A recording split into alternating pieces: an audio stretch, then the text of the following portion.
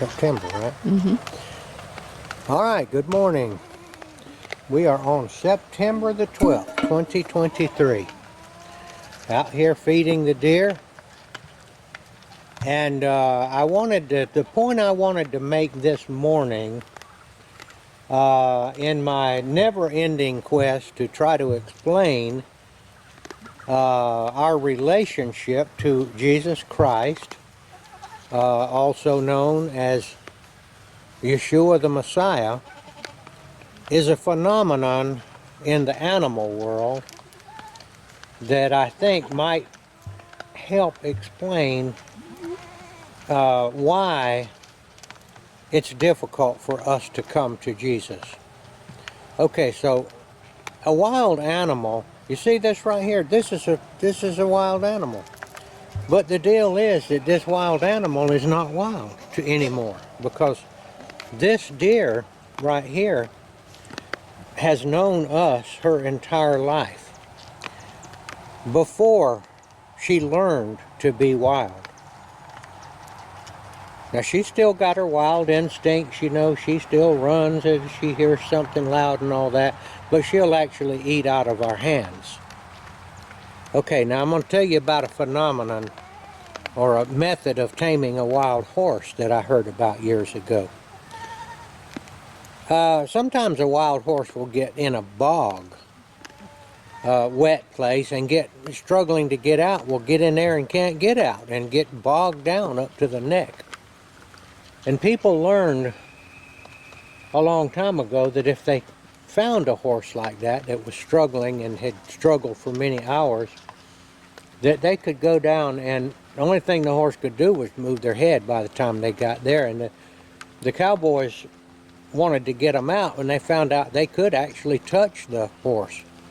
Well, the horse, of course, went crazy, but all they could move was their head. They'd try to bite them and all that, but the trying to get them out, you know, and getting shovels, and after hours and hours of the people trying to get the wild horse out, the horse started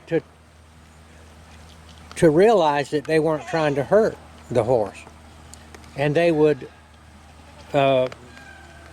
slowly but surely get them out, and they would have to touch them, and the horse would smell them, and finally, when they would finally get the horse out, the horse would have to be almost near death to start with.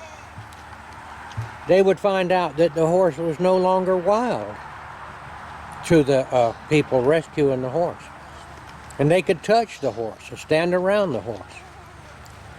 And that is a phenomenon with wild animals, and that's why we can come over here to this deer. Come here, baby. And she'll let us touch her, you know. She's not wild anymore. Well, she never was wild, because she was born here and was saw us before, you know, when she was a little baby, and we touched her and all that. Okay, now how does this relate to Jesus? All right, this is what I think. We are, in essence, a wild animal. You know, once we get through being a baby, we have a mind of our own. We have a body that we're in control of. And the notion of God is scary to us. It's not something that we readily take to.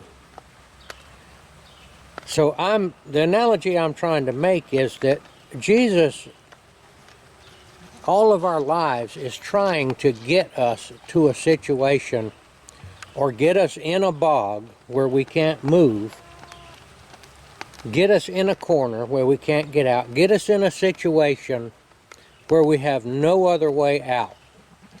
Every way we turn is going to get us in deeper, or like quicksand, we'll just go deeper and deeper. Until finally, we get to the point to where, after, of course, we've heard of Jesus and people told us Jesus could save us, that we do cry out to Jesus. And then we become tame to Jesus. We're no longer running from Him. And that's what I feel like what is the meaning of being here on earth is for God to get us in a situation where we have no other place to turn but to Him. And we become, and He gets us out of that pickle, wherever it is, a bog or a financial situation, some kind of a relationship, relational problem, family problem, and He will show us then the way out. And then we become tame to Jesus, and then just like the horse was grateful to the cowboys for getting them out of the bog, we become grateful to Jesus for saving us from that situation. And we become believers that Jesus can save you. So if you're in that kind of a situation right now, and you don't see a way out, now some people do it with a gun, they commit suicide.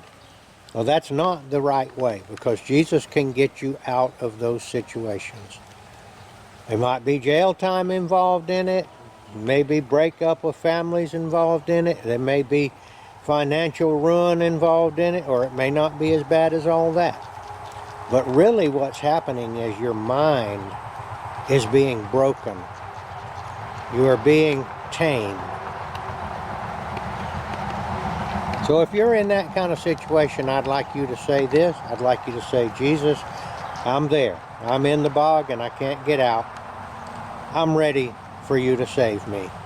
I believe that you are God, come to earth for the purpose of saving me, and that you shed your blood,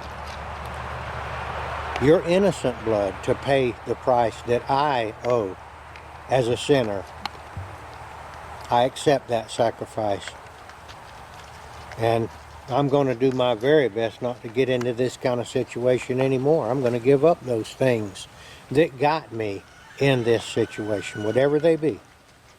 Greed, pride, whatever. Which we all have naturally now. See, everybody's got that. It's not like you're worse than anybody else. You might just be a little wilder than some people, and it just takes a little more taming.